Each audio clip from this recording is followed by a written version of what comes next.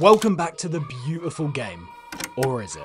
In 1992, the Premier League was born, fueled by a groundbreaking TV deal with Sky Sports. For many fans, especially those who remember the early 90s and mid-2000s, this era was often romanticised as the pinnacle of English football. Blackburn Rovers, a relatively small club, shocked the world by winning the Premier League in 1995, thanks to a wealthy owner. But this was only the beginning. The money in football was about to explode. The Sky Sports era of football from 1992 onwards has been described by many as the golden age of the sport. But was it really about the football itself? Or was it about the commercial revolution that transformed the game forever? We've looked at plenty of football predictions on this channel in the past 6 months, but none are more important than this BBC bit from 1994, 30 years ago, which saw 3 journalists predict the future of football in the post-Sky Premier League revolution in 1992. And I must say, it is scarily accurate. You think television is too powerful in sport now? In 10 years' time,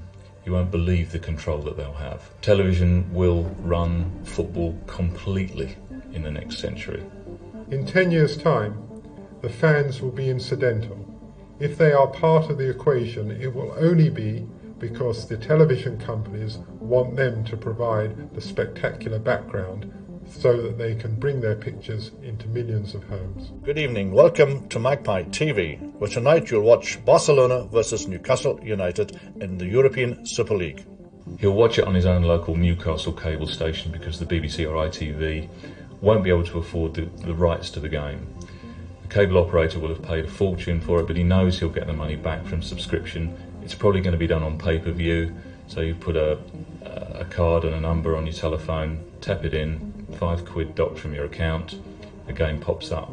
I don't think there'll be any room for fanzines once we have pay-per-view TV systems, once we have credit card entry to ground, a more middle-class audience which will be bombarded with literature as soon as they walk in through the turnstile anyway. The new style of fan will see losing as a sign of failure and will not want to turn up. Hence, the hardcore support that always carries a club through its leaner times will have gone, priced out to be replaced by people who are really just glory hunters. TV dominance, fans becoming incidental, middle-class audiences, super rich clubs, European Super Leagues. All of these were very much spot on. One of the most striking predictions was that fans would no longer be central to the game. Their primary purpose would be to provide atmosphere for TV broadcasts. And today that feels incredibly accurate. From the early 2000s, football became increasingly geared towards global television audiences rather than those in the stadium. With multi-billion-dollar TV deals, the sport has been transformed into a global entertainment business. Take pay-per-view systems, for example. The 1994 prediction envisioned a future where fans would have to pay to watch their teams through cable operators or subscription services. And today, platforms like BT, Sky, TNT, TMNT, the list goes on, all fight for the right to provide us with football broadcasting. With traditional broadcasters like the BBC and ITV, which provided us with some of our best memories from childhood, like the Champions League on ITV was special, and encouraged young children to be involved with the game. They now struggle to afford these rights, just as predicted. Subscription-based access to football has become the norm, locking many fans out of watching their teams unless they pay for it. It's no longer about being able to afford to go to a game, it's about being able to afford which subscription you could pay for to watch the game. One of the most significant losses in the Sky Sports era of football has been the erosion of football fans' local culture. Clubs once rooted in their communities have become global brands, chasing international revenue streams and sponsorship deals. Whilst television has brought sport to millions around the world, it has also distanced the clubs from local fans who built their legacy. Traditional elements of football culture like fanzines or fan-owned clubs have been pushed to the side. The hardcore support predicted to disappear has slowly been priced out of the game, replaced by the more casual spectators who are drawn in by the glitz and the glamour of the Premier League. just so they can sit on their Instagram stories and say, I was here. Another significant aspect of the 94 prediction is that football would become a spectacular background for television, with the core experience catering to TV audiences rather than those in the stands. We see this today with clubs prioritising global commercial tours and international fan bases over their local communities. Whether it's clubs paying for pre-season friendlies in the US, Asia or the Middle East, the global television audience is now the primary focus, because it brings in the most money. Clubs increasingly rely on global audiences and corporate sponsors, pushing the boundaries of traditional football culture. The prediction that football would become highly commercialised pay-per-view spectacles has unfortunately come to pass. Another eerie prediction was that credit card entry system and more of a middle class audience to football games that would replace the traditional hardcore support. As football clubs pursue higher revenues, ticket prices are higher than they've ever been, making attending games unaffordable for many of the sport's oldest and most loyal fans. This has led to the rise of what the prediction called glory hunters, which is pretty spot on. Fans who show up for success but disappear when the club isn't performing. We can see this today where the culture around football has shifted from loyalty to more of a transactional relationship. Football fandom today has become more of a symbol of social status, and that's reflected at some of the biggest clubs' audiences today. Most say Anfield has one of the best atmospheres in the whole of the world, but are we just looking at what it used to be like? Today, much like any other big team in a big city like Chelsea or Man City and Manchester, audiences just reflect a tourist club and those who can afford it. Here comes the money.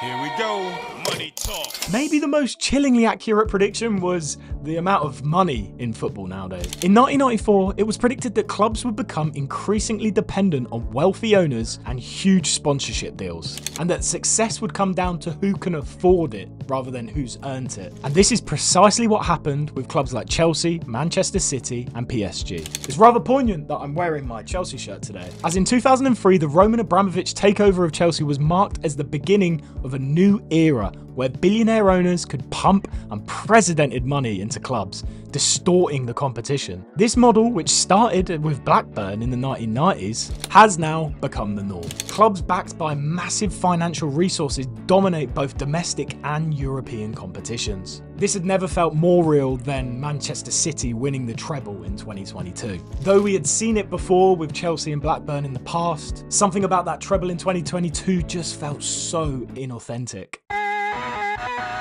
Another 94 prediction said that audiences would tune in to watch their clubs in a European Super League, broadcasted by exclusive cable stations, which wasn't far off, was it? While the Super League hasn't fully materialised, we came close 3 years ago. The only shining light was the backlash from fans, which was immense, showing that whilst television companies and wealthy owners might hold the power, the spirit of football still matters to its supporters. The Super League saga also highlighted the growing disconnect between clubs, wealthy owners and their local fan bases. The prediction about football becoming a business rather than a sport is already a reality, and the failed European Super League project was the ultimate expression of this shift.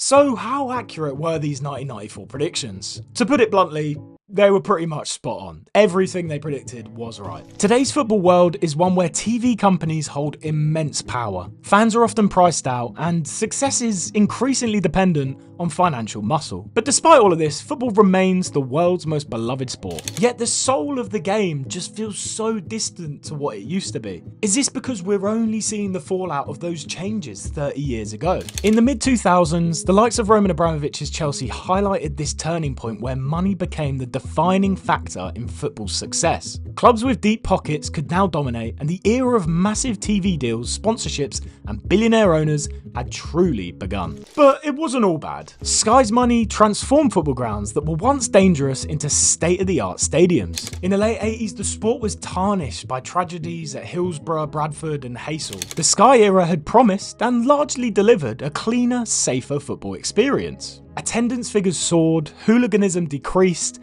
and football became a family-friendly event once again. Suddenly, football was accessible to millions.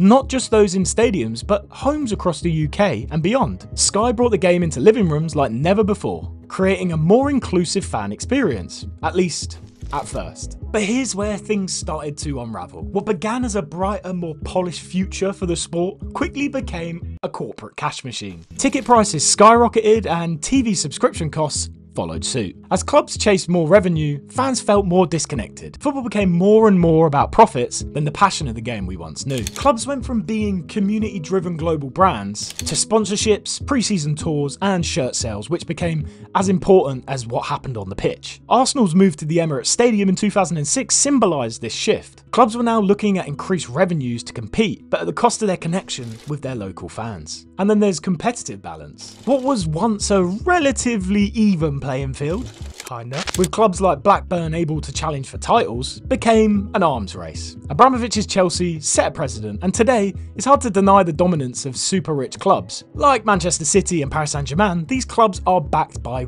vast fortunes and have left many others in their wake.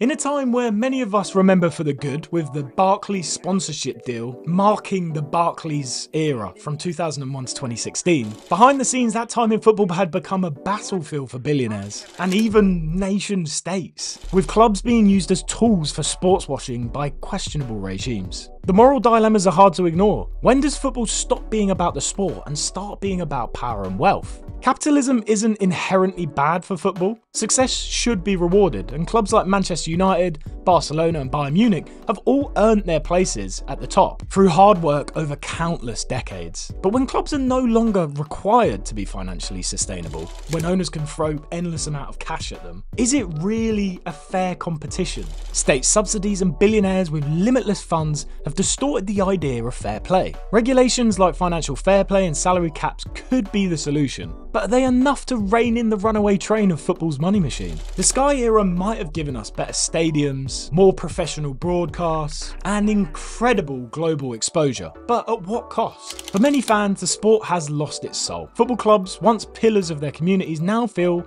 like corporate entities. Fans are priced out, local cultures fade, and the game is no longer being connected to those roots. So have we reached the point of no return in the game? With the rise of billionaire owners, inflated transfer fees, and ever-expanding TV deals, football has blasted off into the stratosphere. And for many, it's lost its touch as to what made it so special when we were all kids. So was the Sky era the golden age of football? In many ways, yes. But in 2024, we're seeing long-term consequences of the changes which started 30 years ago. Football is bigger, richer, and more global than ever. But for many fans, the magic is fading. The question is now, can we bring it back? Or is football, as we once knew it, something of the past? In what feels like the twilight years of efficiency era of football, in which hyper-efficient icons like Messi and Ronaldo come to the end of their careers, Pep Guardiola's efficiency empire feeling like it can't go on to dominate for another 15 years, and football kit designers try new things with the dry fit, boring designs